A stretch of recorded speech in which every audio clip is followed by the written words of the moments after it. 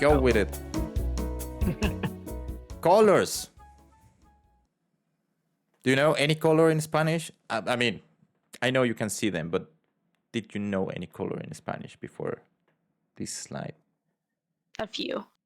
Yeah. 3 of them. 3 of them? Cool. Hmm. Which 4. ones? Azul, verde, blanco, and negro. Those are 4, but okay. That's what I said. I said 4, really. Okay, 4 really. Yeah, nice. Well, I don't know what to do with the colors. Really? Like, you just know them. They are in the right color. Rojo, azul, amarillo, naranja, violeta, morado, verde, blanco, negro, café, rosa, gris, turquesa, magenta, or fuchsia. You could probably hear it twice, like that way in both words. Lima, púrpura, dorado, u oro. So, I guess what we're gonna do right now is bring paint again. Oh my god, it's so white!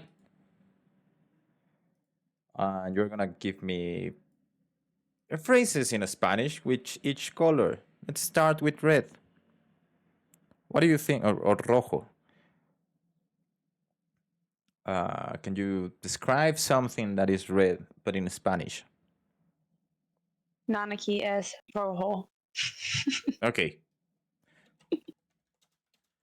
That works. I might need to change this to this. How about another one? Yu-Gi-Oh! What else is rojo?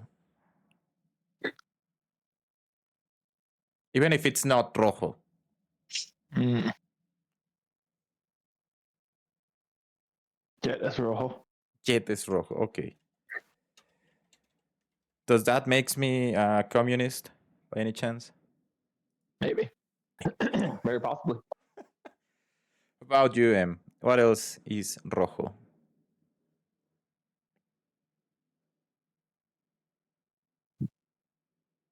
I got nothing. How dare you? How about nothing? Do you know the word for nothing in Spanish? I would like to. Okay, nothing is nada. So I let's... feel like I should have known this. Yeah, this one is it's very easy. Like I think it's been used a lot in video games a lot of times to remind someone that is called nothing, nada. Anyway, the point is that is your noun. Complete the phrase. Es rojo? Nada es rojo, yes. Just to complement, you could also thought about an emotion, which is angry. And the emotion is enojado. So someone can be red angry, right? In English, I believe. In Spanish it's the same. Alguien puede estar, it's a weird one, but rojo del coraje. They become red by the anger.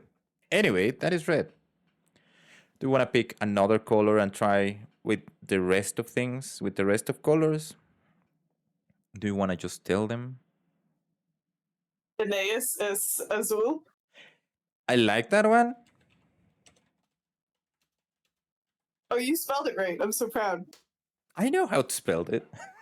Thank you. Another one. I can even move this to like the second row if you want to try other colors. Zanahoria es naranja. Zanahoria, la zanahoria.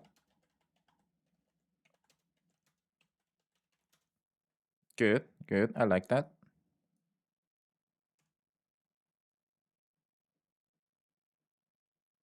Yeah.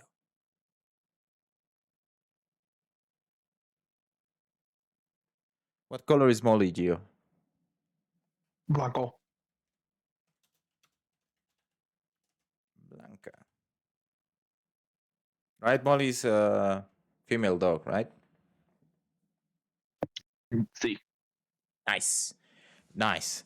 Okay, so I think I'm gonna skip a bit on the lessons, but most of these colors can be on male or female versions. Rojo, roja. And most of them is just an A. So that would be rojo, roja, amarillo, amarilla. Naranja is naranja. You cannot put it in a male way. Violeta is the same. Morado, morada. Verde is also one that doesn't have a gender attached. Blanco, blanca, negro, negra. Café has no gender.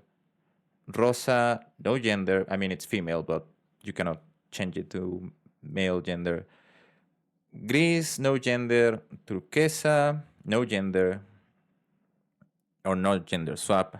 Magenta, the same. Fuchsia, the same. Lima, the same. Púrpura, the same. Dorado, dorada. Oro is genderless. The other one that is genderless is azul. But that is like azul is the true genderless. Like Anaya proved before. Anaya's proved before. Yeah, that makes sense. I knew you were going to be proud about that. It's true genderless because you don't have a mark of either the male version, rojo, the O is usually attached to male words, or A for female, right? The other one that it's kinda genderless is verde, but the E is more related to male words than genderless. Gris is An also very alignment generic. chart of gender and color in Spanish would be very interesting, I think. Yeah, I let's just give it a try. Do you want to try with other colors? Now that you have this information, can I put this like on a small thingy right here? Nope.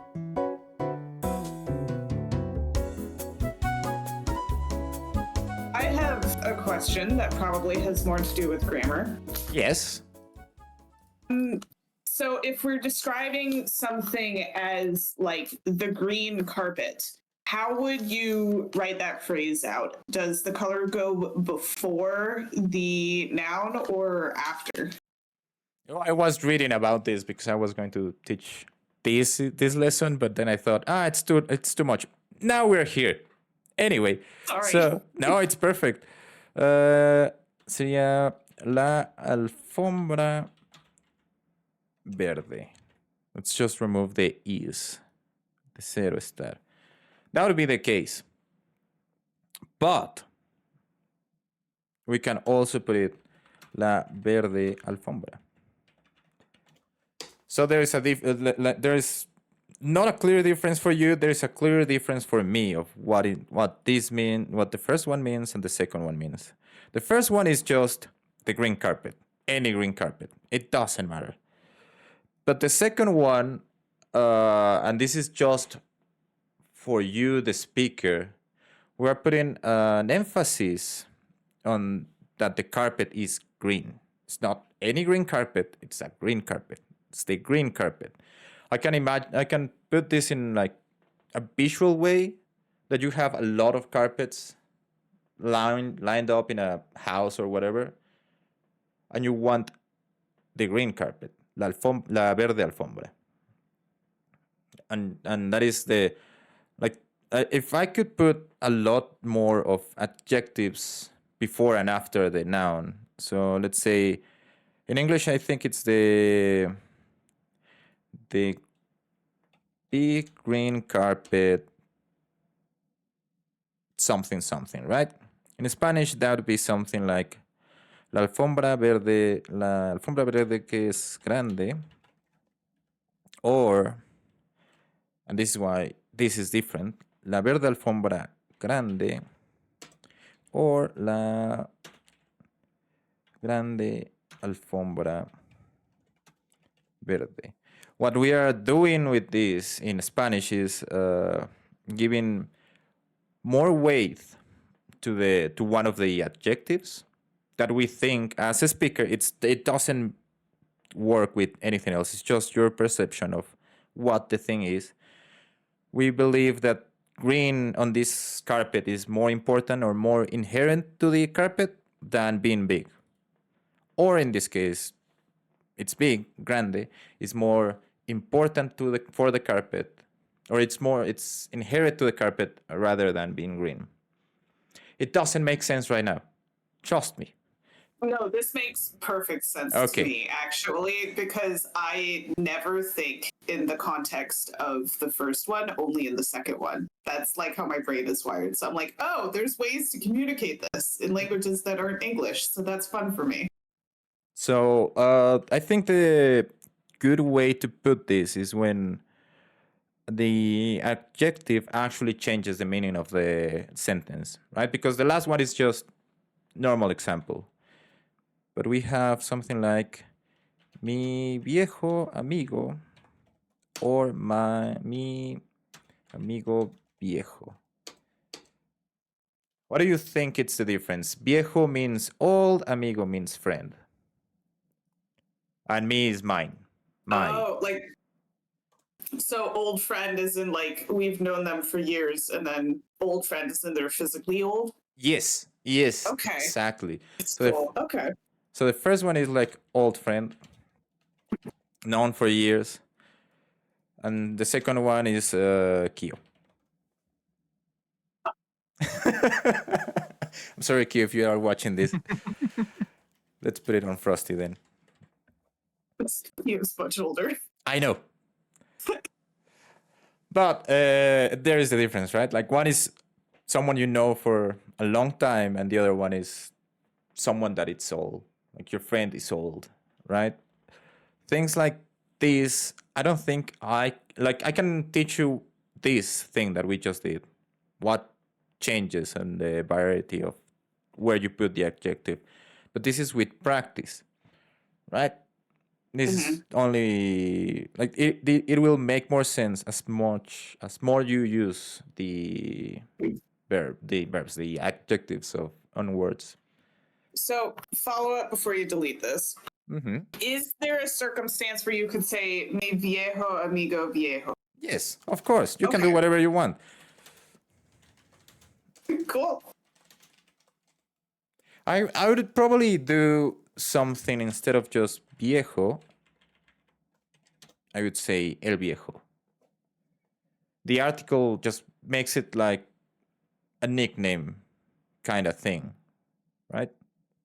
But it works both ways. Like mi viejo amigo viejo. And it's the same way. Like I can say this is Kyo for Mr. Happy. An old friend who is old. Yeah. Okay. Yeah, it works perfectly. Yeah, great question. Now, do you want to try that, but with the colors? Do you think you can make that, something like that right now? If not, it's okay.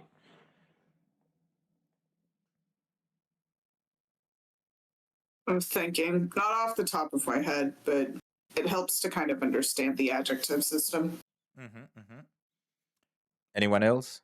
Oh, or rather, before I go into more examples, did you get what I tried to say, Gio and Jazz? Mm-hmm.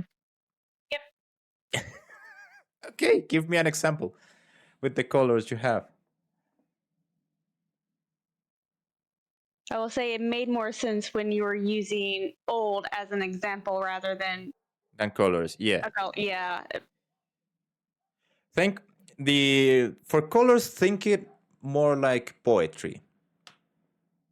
In that way, like you're gonna exaltate the color because it's more beautiful, more important for the noun that you're gonna describe. So let's say for instance, the one that you said, Nanaki es rojo, right? That was the thing. So if we want to put it in more poetic terms,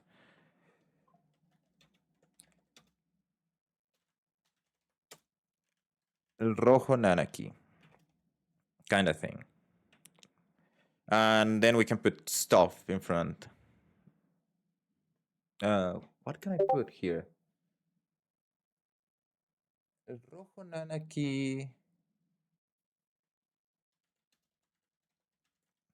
was brave. El rojo Nanaki era valiente. Now this one is more like, again, like a nickname, but it's part of the description of Nanaki. Mm-hmm. I can make it more in the way I explain things first, so we can talk about just his fur. El rojo pelaje de Nanaki era hermoso. I'm missing an A. The red fur of Nanaki was beautiful. And the same, like, it just doesn't have the same impact if I say the other way. Mm-hmm. I know in English it's not, there is no difference, but in Spanish there is a huge difference. You're making the one you're talking or the one you're typing to or the one who's reading whatever you're typing is more engaged in this part than the rest of the sentence. Okay. It's like an active instead of a passive descriptor almost. Yeah, that is probably the best way to explain it in very few words. Do you want to give the classes now, Em? Yes, I'm now fluent in Spanish. No, I'm good. But that is good. That is good. This is like putting the adjective first. It's an active adjective, and after it's just more passive. It's not exactly super passive, but more passive. Anyway, these are the colors. I don't think we can do too much with the colors right now, other than use them in sentences, but use them. Just do your silly sentences like Jazz called them.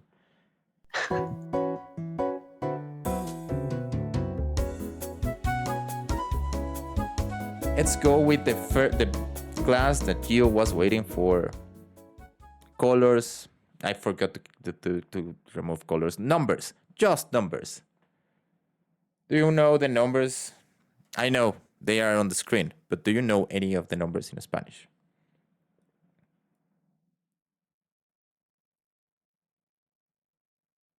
Uno, dos, tres, cuatro, cinco, seis, siete, ocho, nueve.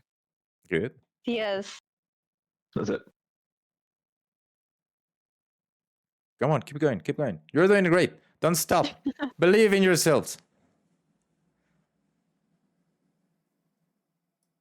I can take a guess at pronunciation. Yeah. Is it once, Yes. doce, trece, catorce? Just Okay. 14. Catorce. Oh, I read that as an F. I don't know why. Don't worry. Catorce, quince, dieciséis, diecisiete, dieciocho, diecinueve, Good, good, good. veinte. 20. ¿20? 20. 20. Mhm. Okay. Keep going, Gio. 21, 22, 23, 24, 25, Yeah. 20. 20. What would be the next? Oh, I don't know. You put the thing over it. It works the Too many same new thing. words. But What is too many new words? I've already forgotten what I knew before. 26, 27, 28, 29, 9. And then yes. Or is 30 in Spanish? Frente. 31, Uh-huh. 32, 33, 34, 35, 36, 37, 38, 39. Yes. Okay, I'm gonna stop right there. You did great. You did great. Now, as you can see, there are like just two ways to do this for now. Like you have the normal numbers 0, 1, 2, 3, 4, 5, 6, 7, 8, 9, 10. And then, just as in English, the 10 to 19 are weird. We don't have teens, but they are like written this way. 11, 12, 13, 14, 15, and 16, 17, 18, 19. And that same formula repeats for the 20s. But then after the 30s, we use the Y instead of the I. So for 16 to 19 in Spanish, we are saying 10 and 6, basically. 10 and 7, 10 and 8, 10 and 9. And same goes after that. 20 and 1, 20 and 2, 20 and 3. It's just, for some reason, they decide to make this a single word instead of two. But after 30, it's 31, and it works for the rest of the numbers. 42, 53, 64, 75, 86, 97, and then 100, 100. And we repeat. Does this make sense after the 30s? Yes. Okay. So what you wanna do for the numbers is practice the 0 to 20. And then just remember that after 16 is 10 and something, or the whichever 10th you are in and the singular number. Good. Questions so far? About spelling, about how they pronounce? Do you want me to tell and second time how to say the numbers? What was 14 again? 14. 14. So Very important number for all of us. yeah. I think it's, for me, it's easier to understand the Spanish in syllables because we are not doing anything like in English, right? Like if you see Q and U and an I in English, it might be key or quai, right? In Spanish, it's never going to be that case. That is key. This is always going to be like this, key. We're gonna change that with digit J, but different lesson, different time. Okay. For this, for now, if you can separate them on syllables, you can pronounce them. 1, 2, 3, 4, 5, 6, 7, 8, blah, blah, blah. 14, 15, 16, 17, and so on. Good. Gio, for you, numbers, okay? Muy bien. Muy Muchas bien. gracias. De nada. This is the end of the class. No.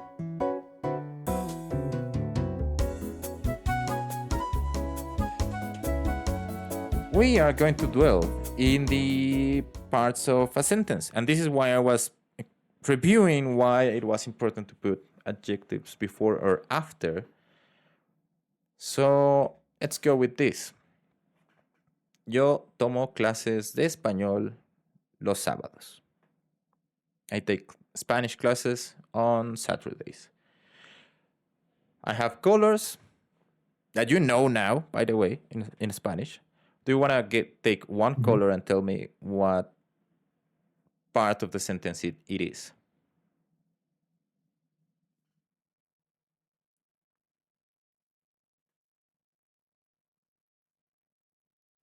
M. Yo es rojo, tomo es verde, clases de español es azul. I have forgotten the word for yellow. Good. Amarillo. Amarillo. Good. Los sábados es amarillo. Now, that was great. I realized I gave the instructions wrong. I want to take one of those colors. No, it was perfect. Don't. It is on me. It is on me. I want to take one. Oh no! I want to take one of those colors and identify that part of the sentence and what it means in a sentence. I will give you the example. Rojo, yo is the noun of the sentence or the subject of the sentence. Tomo is the verb. Yes. And I'm assuming the rest is like, we don't know what that is, right? Even in I English. haven't had an English class in so long. If you asked me to break this down with a chart, I could do it. Don't ask me to label it. Yeah. Okay. So yeah, red, yo, subject, sujeto, who realized the action. Tomo clases de español los sábados, which is the rest of the thing. That is the predicate, predicado en español. That is, what is the subject doing? Then we have green for the verb, which is the action of the subject. Have clases de español, direct object, what is the verb doing? Mhm. And then we have complementary circumstantial, los sábados, how, when the verb is doing things. Mhm. Right? So let's make it more complex.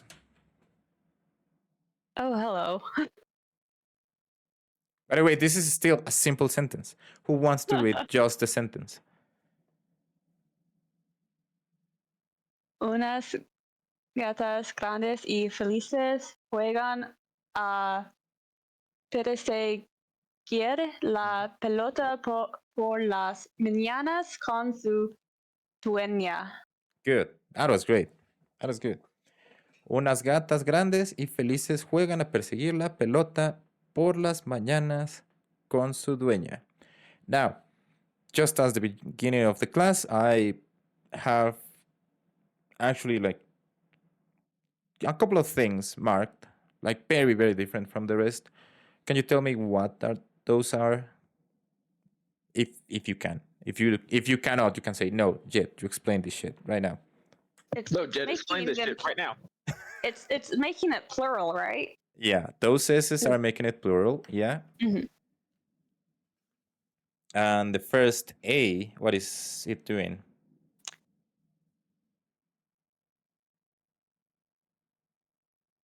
I'm just gonna take a wild guess and say we're talking about all female cats. Yes. Okay. Good job. Yeah. So again, the subject here is unas gatas grandes y felices.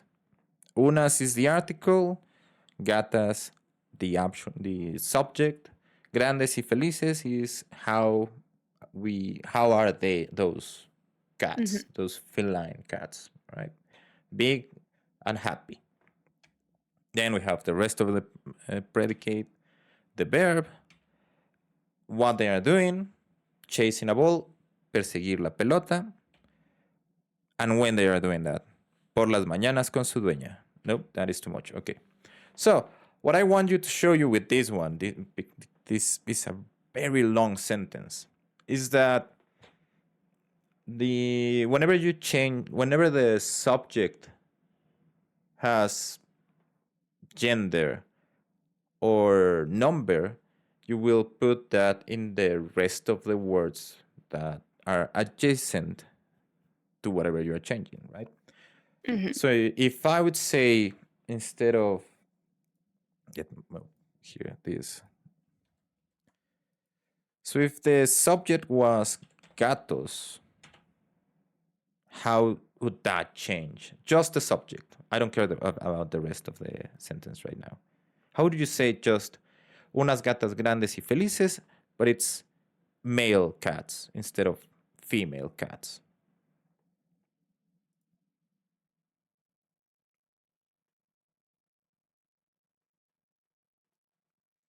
I'll say no one knows. That is good. This is why I'm here. We would say unos gatos grandes y felices doesn't change because they are like quote unquote genderless words. But the article changes. And that is the same. If I go with a single cat, is un gato grande y feliz. The point of this thing is that you will have this is like things that people in Spanish don't know what they are, but they are called marks of correlation. So if you start a phrase, let's say we don't know what you're gonna say, but you already know it's a female and it's a single thing. So you start here constructing your sentence. Unlike in English, right? Where you start thinking about numbers until you reach the subject of the sentence. For, let's say, if I start a phrase with unos, which I know you don't know what this means, but this means there are some things. There are several things of something, and they are allegedly male. Allegedly. In English, when you start a sentence, you like this, you probably just use those. And you just know there are things, several things. No gender, no nothing. So if I start with un, you use de. You don't know anything else. If you say una, which in Spanish we already know something about the subject immediately, in English is still de. So what I'm trying to give you like an understanding of things is that you want to use the plural and the gender of the word that you're using for the entirety of that part. So if the subject is female, you would want to make the words female if you can, or if they are allowed to. If it's a male, if the word is male, you want to use them in male words. And so on and so on. And this works also for the predicate. So it stops in the subject. That is when you stop your mark. You have another marking verb that it means there are several things playing something. Juegan. That is the conjugation for them, plural, ellos or ellas. But then the complement, it doesn't necessarily follows juegan, right? This is where you can say perseguir una pelota or varias pelotas. Same for this. Like this, that's why I spread them like this. It's not, you don't need to know what is the complement, the circumstantial complement or the direct object or anything like that. But you need to know when the sentence is divided, because then the marks belong to that part and not the rest of the sentence, right? For the mornings, with their own owner is a separate thing from the rest of the sentence. That is all you need to know right now. And the marks, because I know we cannot make them with what we have of understanding in Spanish right now. So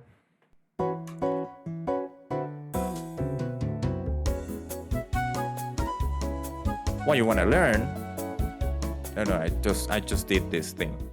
I'm so sorry. What we want to learn is the articles in Spanish, which Gio thinks is a lot of information, but I don't think so. I think it's enough.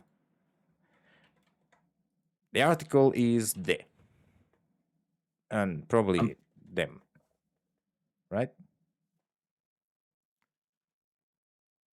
Just just by what we know already by gender and plural, what do you think él means?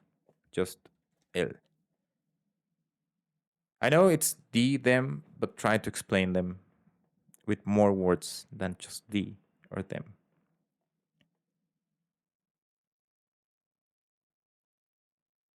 Gio. I don't Yep. fully understand the question. Okay, so let me try to put it in a different word.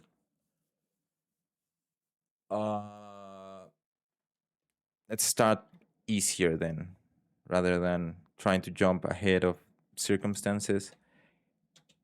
El, what kind of word do you think it is? Male, female? Oh, it's male. Male, okay. Singular, plural? Singular. Singular. What about las? Plural female. Plural, female, okay. Los?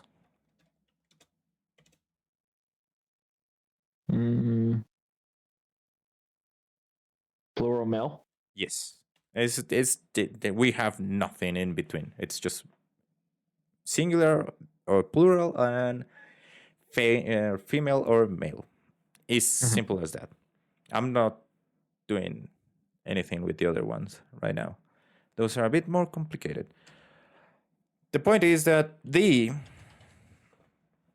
only article you have in English, well, not the only one. I think you have a also for singular and plural, but different thing.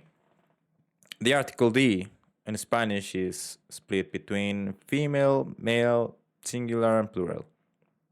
And these are called defined articles. El coche, el gato, el perro, la rosa, la piedra, la calaca, los ricos, las sombras, las palmas, las flores, and so on, and so on, and so on. This is where we go back into the first meme of the class and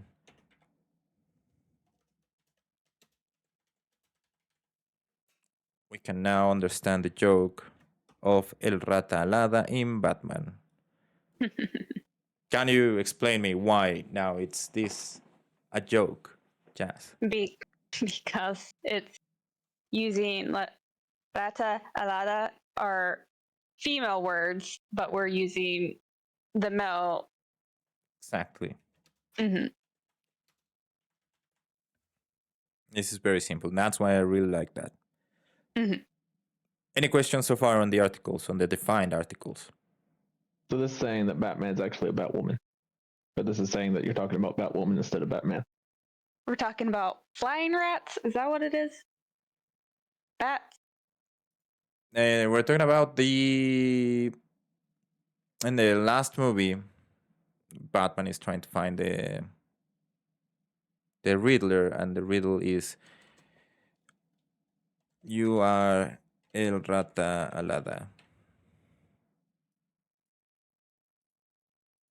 And then they ask the penguin, and the penguin is like, "No, you're stupid. You're using the wrong article. It's La Rata Alada."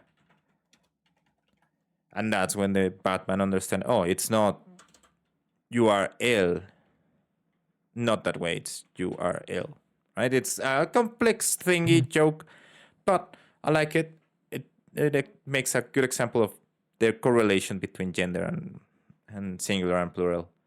Okay. Any questions so far?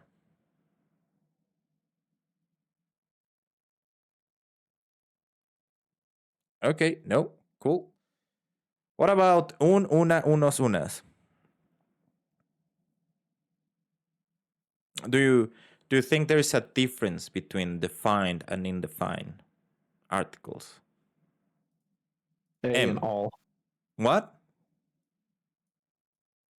A and all. A and O? All. Hmm. Una is A. Uh-huh. And then unos and unas be all. You were very right at the beginning and then no. But good attempt. Really good attempt.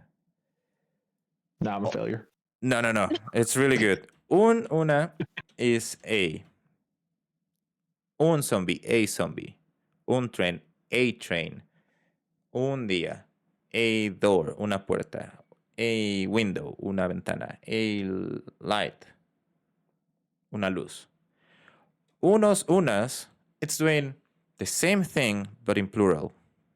And this is where probably not going to work in the Indian English, right? Mhm. When you More say, go ahead, More like those, right? those, this is close to those. Or these. Or these. No. This is close to those. These, we have a different thing for that. And those are not articles. Those are... Or those are... Not this. Yeah, These. Like Yeah. THESE. Yeah, I know. These. Oh. Yeah, Those, those are these. different than these. Those are different than these. But if I put that in Spanish, is you're talking about different things. Son diferentes estos. That's the same phrase. That's why I say it's not those and these. It's just those. Yep. So it's like, I don't want those apples. I want these apples. No. Type of situation. No. Okay. No. That's how I was But understanding no, it. it's a good attempt. It's a good attempt. This is Okay, this is a good this weird one. This is a weird one Okay. because English doesn't use it. So when Okay. I say un zombie or a zombie, we can picture a mass of zombies in front of you, and you're referring to one of those that it's in the middle of there. You don't. It's not a specific zombie you're referring. It's just one of those that it's around there. Un zombie, a zombie. When you're saying unos zombies, you're also referring to maybe like a pack of zombies within that massive sea of zombies. But it's also not a defined type of zombie, right? It's not, there's no quality in that zombie that I can just by that, by unos zombies, can identify as a listener. And I don't think you have this in English. I haven't used this in like forever, but I don't think you have this in English. So I'm trying to think of other examples. So either way, you're talking about a pack of zombies. It's just one is talking about a singular zombie in that pack, and the other one is talking about the pack. The pack. Yeah. But I also want you to like see the difference between saying, for instance, un zombie versus el zombie. Yeah. Do you zombie would be the Mhm. singular zombie by itself. Like there's only one. Okay, that is a good idea to see it. So zombie is like the specific zombie. The specific zombie. So if I can, I'm trying to think. No, I know. We've all been playing Final Fantasy VII. What is the difference between un Sephiroth versus el Sephiroth? This is for you. I know you will get it. There's a lore answer, and I don't know if that's the one you're looking for, but it is what comes to mind since you called me out. Yeah. Try it. Give it a try. So there's the actual Sephiroth, and then there's just like a version of him that exists because Okay. Genova wants him there. Yeah. It's the same thing we were talking about earlier, putting emphasis on a certain part of an adjective Exactly. in some cases and not the other. Like, Okay. yeah, there's Sephiroth. Is it him? No, it's not. Yeah, I broke the M. I'm glad. Anyway, which one is the one that is Sephiroth? Un Sephiroth or El Sephiroth? El Sephiroth. El Sephiroth, yeah. Whenever He's the Sephiroth. that is, yeah. I think this maybe gives you an example. So if we go back into Final Fantasy VII and we see a bunch of red robes and all of them become Sephiroth, we would say, I saw unos Sephiroth. Right? Those were like some Sephiroths. Mhm. But if you identify, no, rather, let's say that pack splits, and then you see a Sephiroth somewhere else, then you would say, oh, I saw or be un Sephiroth. I don't know if that was the real Sephiroth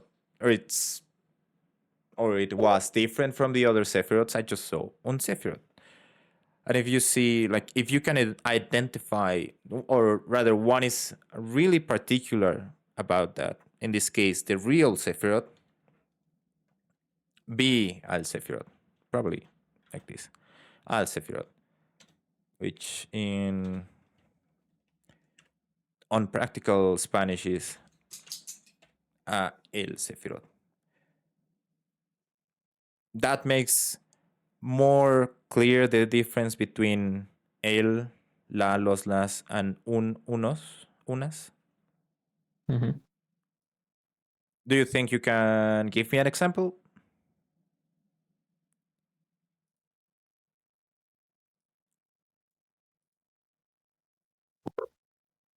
I can give. What is the race of Molly? Mutt. Okay. That works. Try to use the articles with thinking about Molly Mutt. and her race, right? Molly is Mutt. Molly is Mod. Or Molly is Una. Mod, which Una is Molly. Una Mutt. yeah, that is perfect. That is a really great example. I'm trying to think which word I should use for this. Criolla, this case. So then you say Molly is una mod in or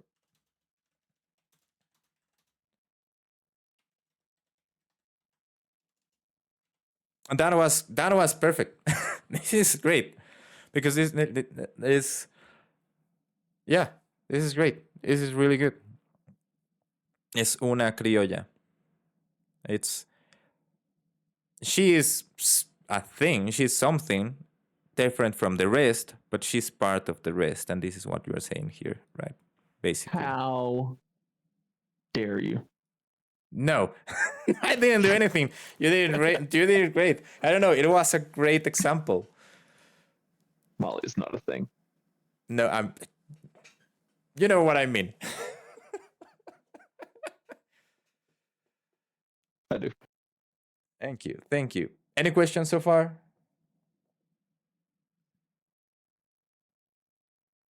Yes, I know you have questions. Hit me.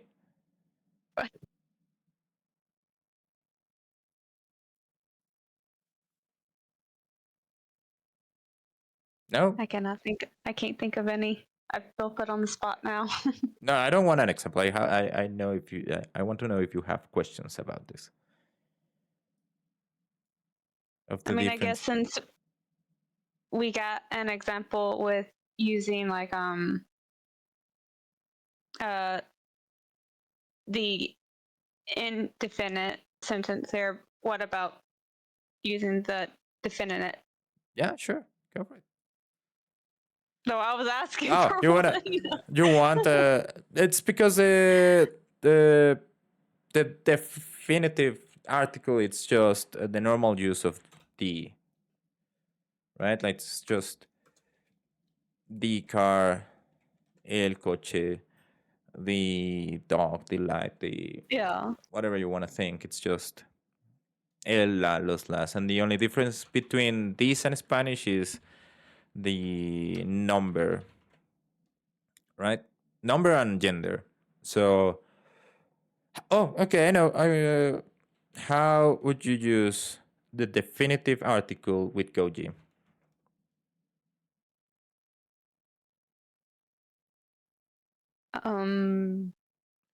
Again, I know your dogs are no things, but for the sake of the argument, let's use them as things in the sentence.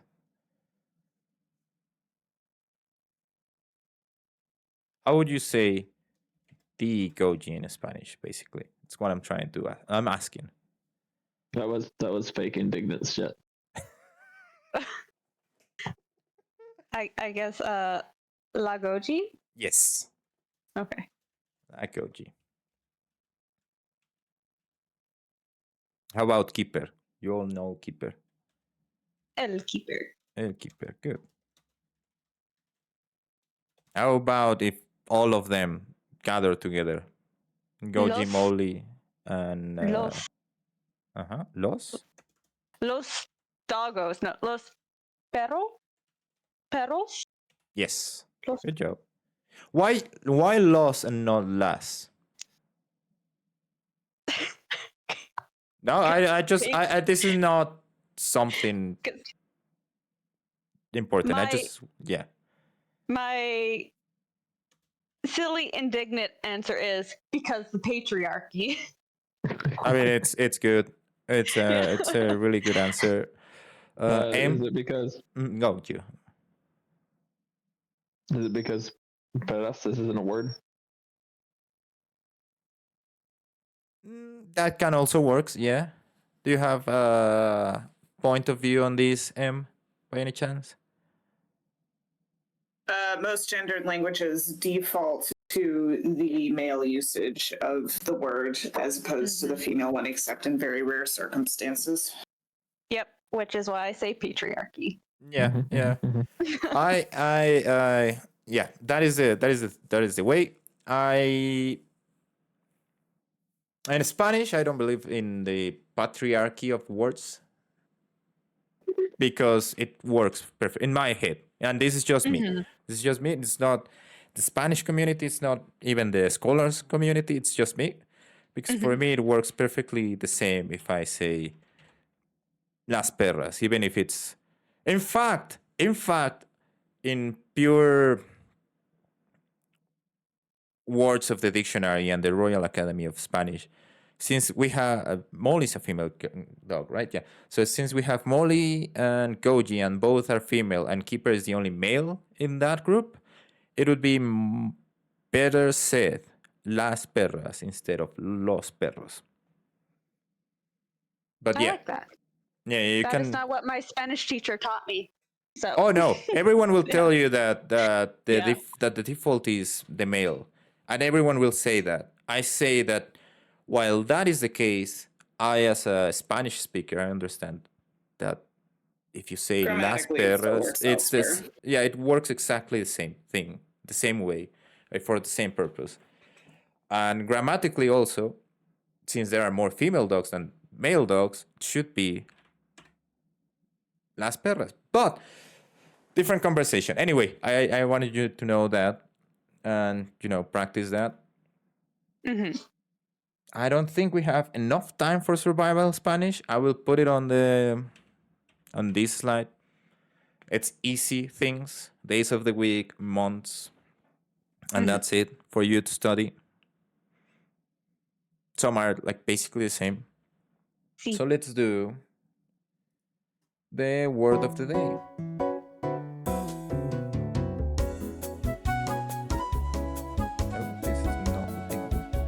While you pull that up, I think you would be entertained to know that we do have a nickname for a group of dogs in our family that is like dogs that we own. They're family dogs called Los Woofas.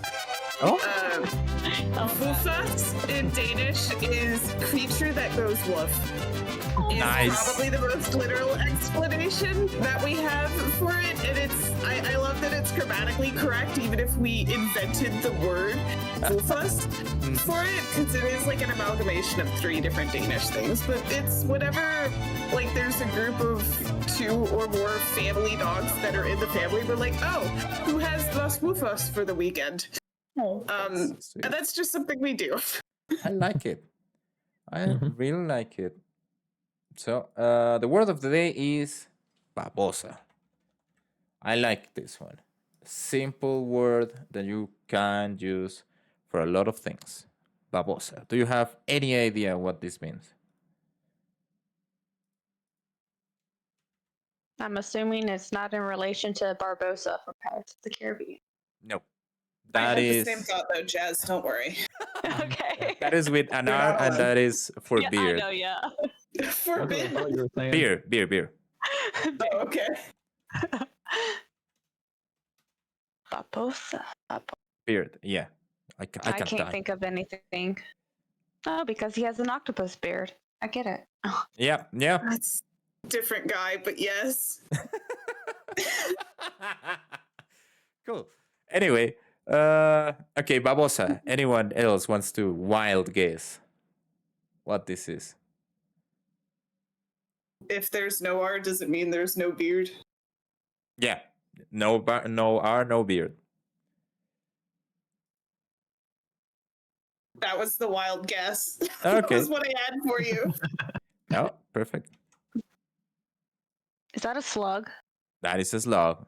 Oh my god. It's una babosa Babosa. is a slug. But I really like this word because we use it for, how can I say this? I need a gay person here, and I am not. Hello? I need a super gay person. Hello? Okay, I need a stereotypical gay person. William was my Flamboyant? Valentine's date, and we spent 6 hours playing Elden Ring and gabbing about his like Okay. boy situation. Maybe I then. count. What Okay, do you want count. from You me? count. So this is to say something like stupid, right? Stupid. Okay.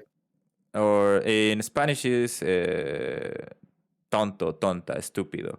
So that is like, that goes that way. But I really like this word because it's very commonly used by the gay community in Spanish to just say that you're dumb, or don't be dumb, don't be stupid, but with that very particular tone of some gay people that I really love. They would say, "Ay, babosa." So, yeah, and this is going to be on YouTube. This is amazing. Yes. I'm gonna fucking cry.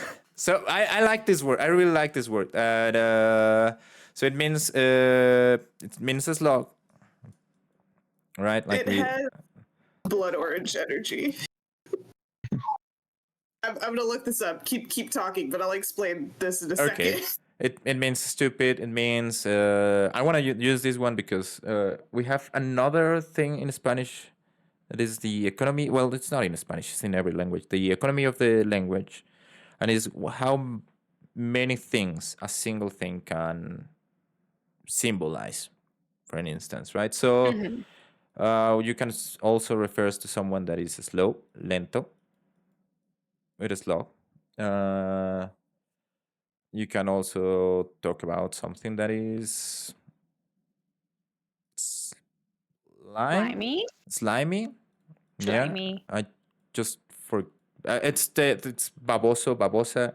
You're talking about the how things feel. Sticky, for instance, could be something baboso. It's not exactly that. I have never touched a slug in my life, but we can Nor should you. imagine. I shouldn't, yeah. They do be sticky. Yeah. Most of them are also incredibly poisonous to the touch. If you touch one, you need to wash your hands. If you feel dizzy, you have to go to the hospital because you can die within 30 minutes. No touch slug. Interesting. Yeah, but do you have a difference between that and this? That's a Yes. snail. Okay, well, now you're gonna learn another word because I think this should go together. So babosa is slug and the snail is caracol. Caracol. Caracol. I can go in a super wild chase of why is this. Cara is face, col is cola, which means also tail.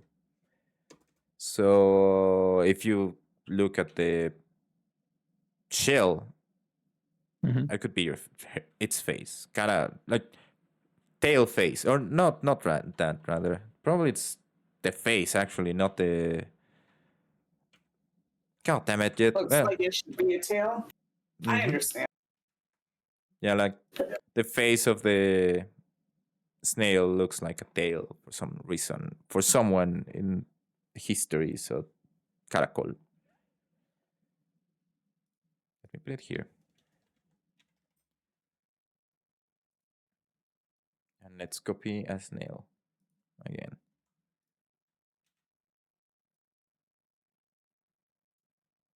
Nice. Good job. You learned 2 words in a single word of the day. 3 I- if we count Barbosa. 3 if you count Barbosa. I'm Yeah. not- And you made Jett very gay for like 2 seconds. My life's goal. I can die now. Good job. Any questions? This is the end of the class. No? Do you want one homework, like actual homework to do, or it's okay for you to just normally practice things? I think it's okay. Yeah. Okay. We did everything I wanted to do with this. We just miss survival Spanish, but it's just vocabulary right now. It wasn't. There were phrases.